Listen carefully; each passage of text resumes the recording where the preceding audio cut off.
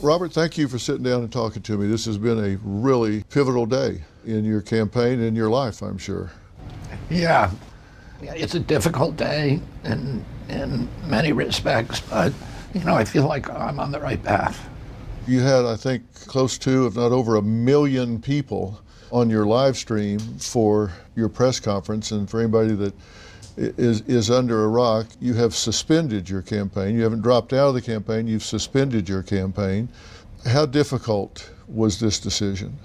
It was difficult. I mean, all of us, the people, kind of the inner circle who were involved in the decision, I think everybody in that circle went back, did 180-degree turns maybe 15 times in the last 2 weeks trying to figure out what we can do. But ultimately, it was clear to me that because of the media censorship, because I was not going to be allowed on a debating stage, that I didn't really have a path to victory. So my choice was, am I going to spend the next 77 days, rallying the troops and getting more money out of the donors without being able to offer them a path to victory? And I think that would have sucked my soul out.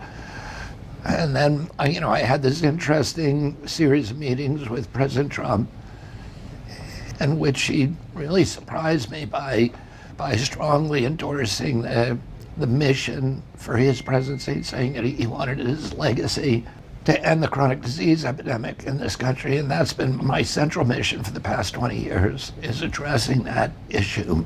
What's happening to our kids? We have the sickest children in the world. When I was a kid, about 6% of American children had chronic disease. Today, it's 60%. And these are in basically major categories like neurological illnesses, which is ADD, ADHD, speech delay, language delay, tics, Tourette syndrome, narcolepsy, ASD, autism, autoimmune diseases like rheumatoid arthritis and juvenile diabetes, and then the allergic diseases like peanut allergies and food allergies and eczema. And all of these appeared in the mid-1980s. Oh, I never saw anybody with any of these diseases when I was a kid. Well, I grew up in the 50s, and these weren't issues. They weren't issues. You didn't know anybody who had diabetes. You certainly did not know anybody who had autism. And now or peanut allergies. Or peanut allergies. In fact, Congress asked the EPA, tell us what year these epidemics began. EPA scientists came back and said it's a red line, 1985. That gives us a hint about the culprits, because we know it's not a genetic injury. Genes don't cause epidemics. They may provide the vulnerability, but you need an environmental exposure, an environmental toxin. And so something happened in our kids around that time, and it's probably a lot of different exposures. The collapse of our food system, the industrialization of our food system, et cetera.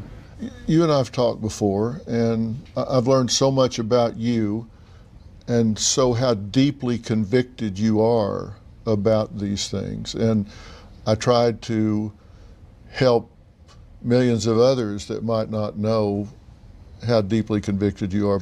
I think we made a lot of progress in that regard. And I know that you're deciding to run and conducting this campaign came at a very high price to you personally, family-wise, professionally. And now as we sit here, I have to ask you, if you knew then what you know now, would you have done this? Yeah, I would have. I mean, I think it's been costly to me and it's been costly to my family, but I think I've advanced the issues in a way that is going to be helpful to people over the long run. The major issues that I've been talking about, the censorship, the addiction to war, particularly the Ukraine war, and then most of all, the chronic disease epidemic. And I think, it gave me a platform to talk about those issues, and a lot more people are aware of them now, and a lot more people it's part of the national conversation, which it was not 16 months ago. Yeah, and I think people on the outside looking in don't realize what a sacrifice it is to make the decision you made. I mean, it's a 16-hour day is like a light day. It's like, well, why get dressed if you're only going to do 16 hours, right? And it's day after day after day. and then you decide to do what you did today. Why now? Was there a reason you did it today instead of 2 weeks ago or 2 weeks down the road? It was just a confluence of events. I actually would have rather done it a little later. You know, I finished writing my speech today at 11:10, and the press conference started at 11, and I was 30 minutes away. So I was 45 minutes late for the conference because, you know, I had only had really 24 hours to write my statement. And so I would have preferred to do it under a more relaxed regimen, but Well, you work well under pressure, though. I work well. We have a team that works well under pressure, and President Trump's staff had a whole series of other needs, and you know, we basically, we coalesced around their schedule. And I was with President Trump this morning, interviewed him in Las Vegas, and then I headed this way. He's not far behind me. And one of the things that I asked him was about you and what you were going to have to say today. And he had a comment about that for the record, and I wanted to share it with you and get your comments about that. RFK Jr. has offered his support to you and your campaign. How do you feel about that? I'm very honored by it. He's a very smart guy, a different kind of a guy, but very smart, loves our country, has some, I think, very good views on a lot of different things. And I've known him for a long time. We've been somewhat friendly, actually. And I think he's going to be a great asset. I think he adds a lot to the election. He's got a good following, tremendous following. I think he adds a lot to the election, and I think he adds a lot to if we win. I mean, he's got some very interesting ideas and good ideas. I think he'll be a fantastic and influential person in terms of getting this country back on track. I think if we win, I think he can be very valuable to the country, and I think he can also help us build up the margins. Will he have a role in your administration? He's a very experienced trial lawyer.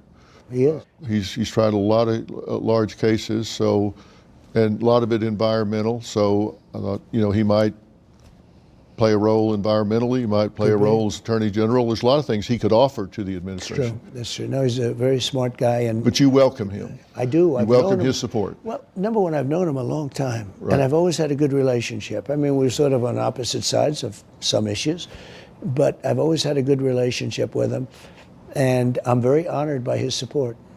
Well, I've spoken to him about you in the past, and he's always spoken of you with a great deal of respect. Even though you guys have been campaigning against each other, Yeah. he's always spoken of you with a great deal of respect. What's your reaction to his comments? You know, I think he's accurate. We've known each other for a long time. In fact, I've litigated against him. I've sued him a couple of times on golf courses that he was building, or he's trying to build up in the New York State reservoir watershed, and I was suing to keep them from being built. But even during that time when I was litigating against him, he ended up giving me a ride to Florida on his plane. So, and we were friendly, and you know, we had a great time and a lot of laughs. He's a very congenial, amiable, interesting guy, and very warm. Do you foresee pushing your agenda forward maybe as part of that administration? Is that a possibility? Yeah, I mean, we talked about that. We talked about his commitment to chronic disease. It's one of the things that brought us together. A couple of hours after the assassination attempt, Phil, I got a call from Callie Means, who's kind of the leading advocate in the country against chronic disease and against processed food, which is really poisoning our children. He's been advising me for a long time and consulting with me. And he called me that night and he said that he was also advising President Trump on this issue, which made me happy that President Trump even, knew about this issue. And he asked if I'd be willing to talk to President Trump, and I said yes. And President Trump then called me a little while later. And then we ended up meeting with each other the following day and then doing a series of meetings. And a lot of that time we spent talking about the Ukraine war, about dismantling this addiction that we have to foreign wars. but also talking about the chronic disease epidemic. And President Trump said that he wanted that as his legacy to solve it. So, I'll do anything that I can to make sure that happens. Having gotten to know you as I have the feeling that you feel a sense of commitment to your supporters and to your donors, and the things that they've supported and continued to. I can't imagine you telling them that that journey or fight is over. You're going to continue to push those issues, and part of the way to do that might be through the administration, or it could be in other ways, but there's no way you're going to let up on the things that you've been espousing. I heard you in your press conference thanking them for their support and letting them know that's not over. You're continuing those same agendas, those same priorities. That's still important to you. Yeah, I'm going to use my own resources, my energies and talents, as long as I can. This is, to me, the most important issue in our country today, because we have the highest chronic disease burden of any country in the world, and it's destroying us. It's $4.3 trillion a year. It's costing our country 5 times the military budget. When my uncle was president, the medical expenditures on chronic disease were zero. Today, it's 95% of our healthcare expenditures. It's sinking our country. And we're getting sicker and sicker. We're paying twice what Europeans do for healthcare. We have the worst healthcare outcomes in the world. It's all because we're being mass poisoned by processed foods, by pesticides, by chemicals, by pharmaceutical drugs. And there's a series of industries that actually make money by keeping us sick. It's not just industries, but it's the med schools, the hospitals, the insurance companies you would think would want us healthy, but they actually make more money if we get sicker. And then, of course, the pharmaceutical companies. If you have a chronic disease, you're a lifetime patient. This drug, Ozempic, costs $1,500 for a week. And there's now a bill before Congress that would force the insurance companies, Medicare, to pay for it for every American who's obese. Well, that's 74% of our population. Right. That's going to be $3 trillion a year. And for a tiny fraction of that, you could give every American 3 meals a day of organic food, and diabetes would disappear overnight. Diabetes is treatable with food, right, with exercise, and obesity is. And what you talk about is empirically verified.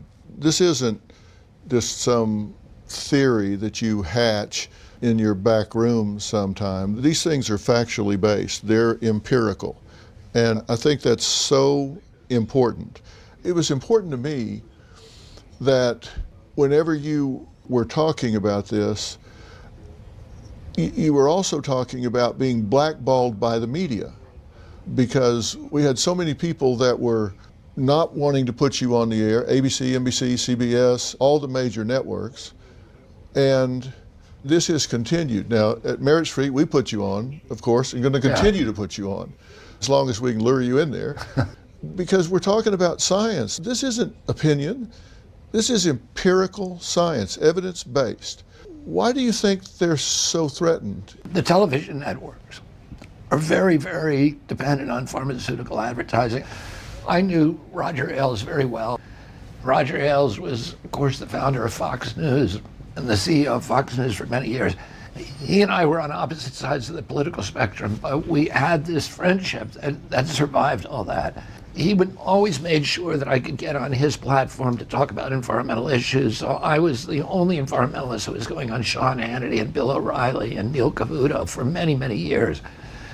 And at one point I made a film about the impacts of the relationship between mercury and this epidemic of neurological injuries and mercury in medical products.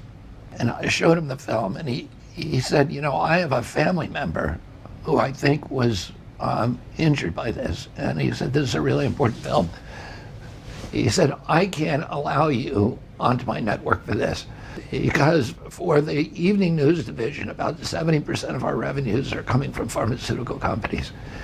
And he said to me at that time that typically there are 23 ads on a evening news segment show, and that 17 of those on average are pharmaceutical.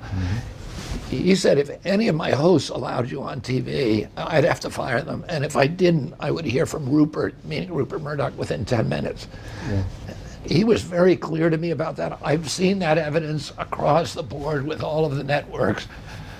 They're very, very sensitive to their advertisers. And those companies are advertising not just as a platform for selling product, but also because they can dictate content. They can make sure that, you know, who's ever on that news show is towing the line. Well, we had Kelly Means on my show, Dr. Phil Primetime, talking about the very things that you're focusing on here, and my audience was fascinated because there were things they had not heard before. Yeah. There were facts, information they had not heard. And that show, we put it on we have an app, Merit Plus, where you can watch those shows after the fact. And that show just continued its audience grew and grew and it continues to this day to grow based on the information that was given. Yeah. People were fascinated Yeah, by what he had to say. he's riveting. You're exactly right, and people don't know because the information is not being put out there. Did you ever think you would see this kind of censorship in our lifetime? If you want to see more of our conversation, we have an app, Merit Plus. It's free. Download it, and you can watch us on your phone or your iPad. Take us wherever you go. Doesn't matter.